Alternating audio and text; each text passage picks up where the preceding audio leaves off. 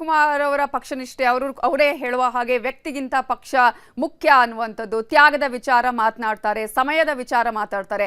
ಇದುವೇ ಒಂದು ರೀತಿಯಾಗಿ ಅವರಿಗೆ ವೀಕ್ನೆಸ್ ಆಗ್ತಾ ಇದೆಯಾ ಹೇಗೆ ಅಂತ ಹೇಳಿ ಡಿ ಕೆ ಅವರು ಹೇಳುವಂಥದ್ದು, ಡಿ ಕೆ ಅವರ ಪಕ್ಷನಿಷ್ಠೆ ಇವೆಲ್ಲವೂ ಕೂಡ ಗೊತ್ತಿರುವಂತಹ ವಿಚಾರ. ಯಾಕಂದರೆ ಅವರ ರಾಜಕೀಯ ಇತಿಹಾಸದ ಭಾಗ ಅದು. ಕಾಂಗ್ರೆಸ್ನಲ್ಲಿ ಒಬ್ಬ ನಾಯಕನಾಗಿ, ಒಬ್ಬ ಟ್ರಬಲ್ ಶೂಟರ್ ಆಗಿ ಅವರು ಹೀಗೆಲ್ಲ ಕೆಲಸ ಮಾಡಿದ್ದಾರೆ ಅಂತ ನಾವು ನೋಡ್ಕೊಂಡು ಬಂದಿದ್ದೀವಿ. ಆದರೆ ಶಿವಕುಮಾರ್ ಅವರು ಬಯಸ್ತಾ ಇರುವಂತಹ CM ಹುದ್ದೆ ಸಿಗೋದಿಕ್ಕೆ ಬೇಕಾಗಿ ಅವರ ತಯಾರಿಗಳು ಹೇಗಿದ್ವು ಅನ್ನೋಂಥದ್ದನ್ನು ನೋಡ್ತಾ ಹೋದಾಗ ಅವ್ರದ್ದು ಒಂದೇ ತಯಾರಿ ಇದ್ದಂಥದ್ದು ಏನಂತ ಹೇಳಿದ್ರೆ ಹೈಕಮಾಂಡ್ ಮೇಲೆ ನಿಷ್ಠೆ. ಹೈಕಮಾಂಡ್ ನನ್ನನ್ನು ಮುಖ್ಯಮಂತ್ರಿ ಮಾಡುತ್ತೆ ಅನ್ನುವಂಥ ವಿಶ್ವಾಸ, ಅದರ ಹೊರತಾಗಿ ಬೇರೆನೇನಿಲ್ಲ. ಅದು ಅವ್ರಿಗೆ ಇರುವಂತಹ ಬಹಳ ದೊಡ್ಡದಾದಂಥ ವಿಶ್ವಾಸ, ಹೈಕಮಾಂಡ್ ಮೇಲೆ ವಿಶ್ವಾಸ. ಅದನ್ನು ಇಟ್ಕೊಂಡು ಅವರು ಕುಳಿತಿದ್ದಾರೆ. ಸಿದ್ದರಾಮಯ್ಯನವರು ಶಾಸಕರ ಮೇಲೆ ವಿಶ್ವಾಸವನ್ನು ಇಟ್ಕೊಂಡು ಕೂತಿದ್ದಾರೆ. ಹೈಕಮಾಂಡ್ ಕೂಡ ನನ್ನ ಪರವಾಗಿರುತ್ತೆ, ಜೊತೆಗೆ ಶಾಸಕರು ನನ್ನ ಪರವಾಗಿರ್ತಾರೆ ಅಂತ ಹೇಳ್ಕೊಂಡು ಶಾಸಕರ ವಿಶ್ವಾಸ ಮತ್ತು ಹೈಕಮಾಂಡ್ ವಿಶ್ವಾಸ ಈ ಎರಡರ ನೆಲೆಯಲ್ಲಿ ಅವರು ಯೋಚನೆ ಮಾಡ್ತಿದ್ದಾರೆ.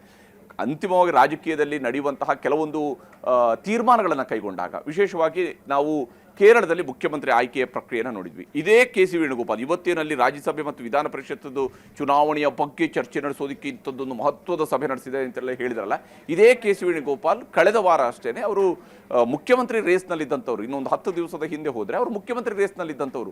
ಮುಖ್ಯಮಂತ್ರಿ ಆಗಬೇಕು ಅಂತೇಳಿ ತುದಿಗಾಲಲ್ಲಿ ನಿಂತ್ಕೊಂಡಿದ್ರು. ಆದರೆ ಪಾಪ ಅವ್ರಿಗೆ ಮುಖ್ಯಮಂತ್ರಿ ಆಗೋದಕ್ಕೆ ಅವಕಾಶ ಆಗಲಿಲ್ಲ. ಅವ್ರಿಗೆ ಸುಮಾರು 40-42 ಜನ ಅಥವಾ 45 ಜನರಷ್ಟು ಕಾಂಗ್ರೆಸ್ನ ಶಾಸಕರ ಬೆಂಬಲ ಅವರ ಪರವಾಗಿತ್ತು ತಿಳಿತು. ಆದರೆ ಅವರಿಗೆ ಮುಖ್ಯಮಂತ್ರಿ ಆಗೋದಕ್ಕೆ ಆಗಿಲ್ಲ. ಹೈಕಮಾಂಡ್ ನಾಯಕರಾಗಿದ್ರು. ಹೈಕಮಾಂಡ್ ನಾಯಕನಾಗಿ ರಾಹುಲ್ ಗಾಂಧಿ ಅವರಿಗೆ ಬಹಳ ಆಪ್ತರಾಗಿದ್ದಂಥವ್ರು. ಇವೆಲ್ಲವೂ ಕೂಡ ಇದ್ರೂ ಕೂಡ ಅವ್ರಿಗೆ ಮುಖ್ಯಮಂತ್ರಿ ಆಗಕ್ಕೆ ಆಗಿಲ್ಲ. ಯಾಕೆ ಆಗಿಲ್ಲ ಅಂತ ಹೇಳಿದ್ರೆ, VD ಸತೀಶನ್ ಅವರು ಕೇರಳದ ರಾಜಕಾರಣದಲ್ಲಿ ಅತ್ಯಂತ ಜನಪ್ರಿಯ ವ್ಯಕ್ತಿಯಾಗಿದ್ರು. ಅವರು KPCC ಅಧ್ಯಕ್ಷರಾಗಿರಲಿಲ್ಲ, ಕೇರಳ ಪ್ರದೇಶ ಕಾಂಗ್ರೆಸ್ ಕಮಿಟಿಯ ಅಧ್ಯಕ್ಷರಾಗಿರಲಿಲ್ಲ, ಅವರು ಕೇರಳದ ವಿಧಾನಸಭೆಯ ಪ್ರತಿಪಕ್ಷ ನಾಯಕರಾಗಿಯೇ ಇದ್ರು. ಹಾಗಾಗಿ ಪ್ರತಿಪಕ್ಷ ನಾಯಕರನ್ನ ಮುಖ್ಯಮಂತ್ರಿ ಮಾಡಬಾರದು ಅನ್ನುವಂಥದ್ದು ಕಾಂಗ್ರೆಸ್ನಲ್ಲಿ ಇಲ್ಲ. ನಾವು ಇದನ್ನ RPCCಯಲ್ಲೂ ನೋಡಿದ್ದೀವಿ. ರಾಜಸ್ಥಾನ್ ಪ್ರದೇಶ ಕಾಂಗ್ರೆಸ್ ಕಮಿಟಿ ಅಧ್ಯಕ್ಷರಾಗಿದ್ದಂತಹ ಸಚಿನ್ ಪೈಲಟ್ ಅವರ ಬದಲಿಗೆ ಅಲ್ಲೂ ಕೂಡ ಆದಂಥವ್ರು ಅಲ್ಲಿಯ most popular leader Ashok Gehlot ಅವರು ಮುಖ್ಯಮಂತ್ರಿ ಆದರು. ಕರ್ನಾಟಕದಲ್ಲೂ ಕೂಡ ಅಷ್ಟೇ KPCC ಅಧ್ಯಕ್ಷರ ಬದಲು ಆಯ್ಕೆ ಆದಂಥದ್ದು, ಪ್ರದೇಶ ಕಾಂಗ್ರೆಸ್ ಕಮಿಟಿ ಅಧ್ಯಕ್ಷರ ಬದಲಿಗೆ ಆಯ್ಕೆ ಆದಂಥದ್ದು ಲೀಡರ್ ಆಫ್ ಅಪೋಸಿಷನ್ ಸಿದ್ದರಾಮಯ್ಯನವರು. ಸಿದ್ದರಾಮಯ್ಯನವರು ಜನಪ್ರಿಯತೆ ಇನ್ನೂ ಕೂಡ ತಗ್ಗಿದೆ ಅಂತ ಹೇಳುವಂಥದ್ದಕ್ಕೆ ಯಾವುದೇ ಆಧಾರಗಳು ಸದ್ಯಕ್ಕಂತೂ ಕಾಂಗ್ರೆಸ್ನವರಿಗೆ ಸಿಗ್ತಾ ಇಲ್ಲ. ಹೇಗೆ ಹಿಂದೆ ಪಂಜಾಬ್ನಲ್ಲಿ ಮುಖ್ಯಮಂತ್ರಿ ಬದಲಾವಣೆಯನ್ನು ಮಾಡಿದಾಗ ಶಾಸಕರುಗಳಿಗೆ ಮುಖ್ಯಮಂತ್ರಿಯವರೇ ಸಿಗ್ತಾ ಇಲ್ಲ ಅನ್ನುವಂಥ ಆಪಾದನೆ ಇತ್ತು. ಮುಖ್ಯಮಂತ್ರಿಯವರನ್ನ ಭೇಟಿಗೆ ಶಾಸಕರುಗಳಿಗೆ ಅಪಾಯಿಂಟ್ಮೆಂಟ್ ಇಲ್ಲ ಅಂದರೆ ಅಂಥವ್ರು ಮುಖ್ಯಮಂತ್ರಿ ಆಗಿದ್ರೆ ಏನು ಪ್ರಯೋಜನ ಅನ್ನುವಂಥ ಪ್ರಶ್ನೆಗಳು ಬಂದಿದ್ವು. ಆ ಕಾರಣಕ್ಕಾಗಿ ಅಲ್ಲಿ ಕ್ಯಾಪ್ಟನ್ ಅಮರೀಂದರ್ ಸಿಂಗ್ ಅವರನ್ನ ಬದಲಾವಣೆ ಮಾಡುವಂಥ ತೀರ್ಮಾನಕ್ಕೆ ಕಡೆ ಹಂತದಲ್ಲಿ ಬಂತು. ಅದರಿಂದಾಗಿ ಕಾಂಗ್ರೆಸ್ ಕೈ ಸುಟ್ಟುಕೊಂತು, ಕಾಂಗ್ರೆಸ್ ತನ್ನ ಅಧಿಕಾರವನ್ನು ಕಳ್ಕೊಳ್ತು. ಹೀಗಾಗಿ ಕಾಂಗ್ರೆಸ್ಗೆ ಪಂಜಾಬ್ನಂತಹ ಉದಾಹರಣೆಗಳು ಇವತ್ತು ಕೂಡ ಕಾಂಗ್ರೆಸ್ ಮರೆಯೋದಕ್ಕೆ ಸಾಧ್ಯ ಇಲ್ಲ. ಯಾಕಂದರೆ ಅಲ್ಲಿಯ ಸಿಚುವೇಶನ್ ಹ್ಯಾಂಡಲ್ ಮಾಡೋದಕ್ಕಿದ್ದಂಥ ಜವಾಬ್ದಾರಿ ಅವತ್ತು ಮಲ್ಲಿಕಾರ್ಜುನ ಖರ್ಗೆ ಅವರು ಕೂಡ ಅದರ ಒಂದು ಭಾಗ ಆಗಿದ್ದಂಥವ್ರು.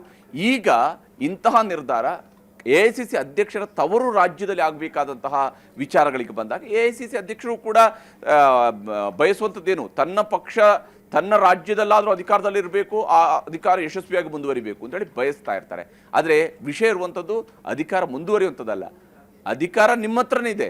ಆದರೆ ಗೊಂದಲ ಯಾವ ಕಾರಣಕ್ಕಾಗಿ ಇದೆ, ರಾಜ್ಯದ ಜನರ ಮುಂದೆ ಯಾಕೆ ಪ್ರತಿನಿತ್ಯ ಈ ಪ್ರಹಸನಗಳು, ಪ್ರಾರ್ಥನೆ ವಿಫಲವಾದರೂ ಪ್ರಯತ್ನ ವಿಫಲವಾದರೂ ಪ್ರಾರ್ಥನೆ ವಿಫಲವಾಗುವುದಿಲ್ಲ, ಕಠಿಣ ಶ್ರಮಕ್ಕೆ ಫಲ ಸಿಗುತ್ತೆ, ಈ ಮಾತುಗಳನ್ನು ಹೇಳ್ತಾ ಇರುವಂಥವ್ರು ಯಾರು? ನಂಬಿಕೆ ಮುಖ್ಯ, ತಾಳ್ಮೆ ಮುಖ್ಯ, ಈ ಮಾತುಗಳನ್ನು ಹೇಳ್ತಾ ಇರುವಂಥವ್ರು ಯಾರು? ಕರ್ನಾಟಕದಲ್ಲಿ ಯಾರೋ ಪ್ರತಿಪಕ್ಷದವ್ರು ಹೇಳ್ತಾ ಇರೋದಲ್ಲ, ಸಾಮಾನ್ಯ ಜನ ಹೇಳ್ತಿರೋದಲ್ಲ. ಕರ್ನಾಟಕ ಸರ್ಕಾರದ ನಂಬರ್ 2 ಪೊಸಿಷನ್ನಲ್ಲಿರುವಂಥವ್ರು ಹೇಳ್ತಾ ಇದ್ದಾರೆ ಇದನ್ನ. ಹೀಗಿರುವಾಗ ಕಾಂಗ್ರೆಸ್ನಲ್ಲಿ ಗೊಂದಲಗಳಿದ್ದಾವೆ. ಸಚಿವರುಗಳು ಹೇಳ್ತಾ ಇದ್ದಾರೆ, ಹೌದು ನಮ್ಮಲ್ಲಿ ಗೊಂದಲಗಳಿದ್ದಾವೆ, ಇದನ್ನೆಲ್ಲ ಬಗೆಹರಿಸಬೇಕು. ಹಿರಿಯ ಸಚಿವರುಗಳು ಹೇಳ್ತಿದ್ದಾರೆ, KH ಮುನಿಯಪ್ಪ ಹೇಳ್ತಾರೆ, ಸತೀಶ್ ಜಾರಕಿಹೊಳಿ ಅವರು ಹೇಳ್ತಾರೆ, ಡಾಕ್ಟರ್ G ಪರಮೇಶ್ವರ್ ಅವರು ಹೇಳ್ತಾರೆ, SC ಮಹದೇವಪ್ಪನವರು ಹೇಳ್ತಾರೆ. ಹಾಗಾದ್ರೆ ಇವರೆಲ್ಲರಿಗೂ ಕೂಡ ಗೊತ್ತಿದೆ ಗೊಂದಲಗಳಿದ್ದಾವೆ ಅಂತ. ಈ ಗೊಂದಲಗಳಿದ್ದಾವೆ ಅಂತ ಹೇಳಿ ಹೇಳುವಂತಹ ಪಕ್ಷದಲ್ಲಿ ಗೊಂದಲ ಬಗೆಹರಿಸುವಂಥದ್ದು ಯಾರ ಜವಾಬ್ದಾರಿ? ಹೈಕಮಾಂಡ್. ಹೈಕಮಾಂಡ್ ಏನು ಮಾಡ್ತಿದೆ? ರಾಜ್ಯಸಭೆ ಮತ್ತು ವಿಧಾನ ಪರಿಷತ್ನ ಚುನಾವಣೆ ಆಯ್ಕೆಯಲ್ಲಿ, ಅಭ್ಯರ್ಥಿಗಳ ಆಯ್ಕೆಯಲ್ಲಿ ಬಹಳ ಬ್ಯುಸಿಯಾಗಿರುವ ಕಾರಣಕ್ಕಾಗಿ ಸದ್ಯಕ್ಕೆ ಮುಖ್ಯಮಂತ್ರಿ ಬದಲಾವಣೆ, ಸಂಪುಟ ಪುನರ್ರಚನೆ, KPCC ಅಧ್ಯಕ್ಷರ ಬದಲಾವಣೆ ಇಂಥ ವಿಚಾರಗಳು ಅವ್ರಿಗೆ ನಗಣ್ಯ ಅಂತ ಅನಿಸಿದೆಯೋ ಏನೋ ಗೊತ್ತಿಲ್ಲ. ಜನ ಇದನ್ನು ನಂಬಬೇಕು, ಈ ರೀತಿಯಾಗಿ ನಂಬಬೇಕು ಅಂತೇಳಿ ಅವರು ಬಯಸಿದ್ದಾರೆ. ಹಾಗಾಗಿ ಅವರು ಏನು ಹೇಳಬೇಕೋ ಅಷ್ಟನ್ನು ಹೇಳಿ ಮುಗಿಸಿದ್ದಾರೆ.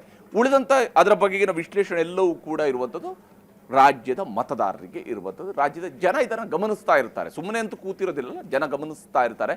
ಅವ್ರಿಗೆ ಇದರಲ್ಲಿರುವಂತಹ ಆಗು ಹೋಗುಗಳು ಏನೇನು ನಡೀತಿದ್ದಾವೆ, ಇದರ ಬಗ್ಗೆ ಕೂಡ ಜನರಿಗೂ ಕೂಡ ಗೊತ್ತಿರುವಂಥ ವಿಚಾರಗಳೇನಿದೆ. Thank you Hariprasad ಡೀಟೇಲ್ಸ್ಗೆ.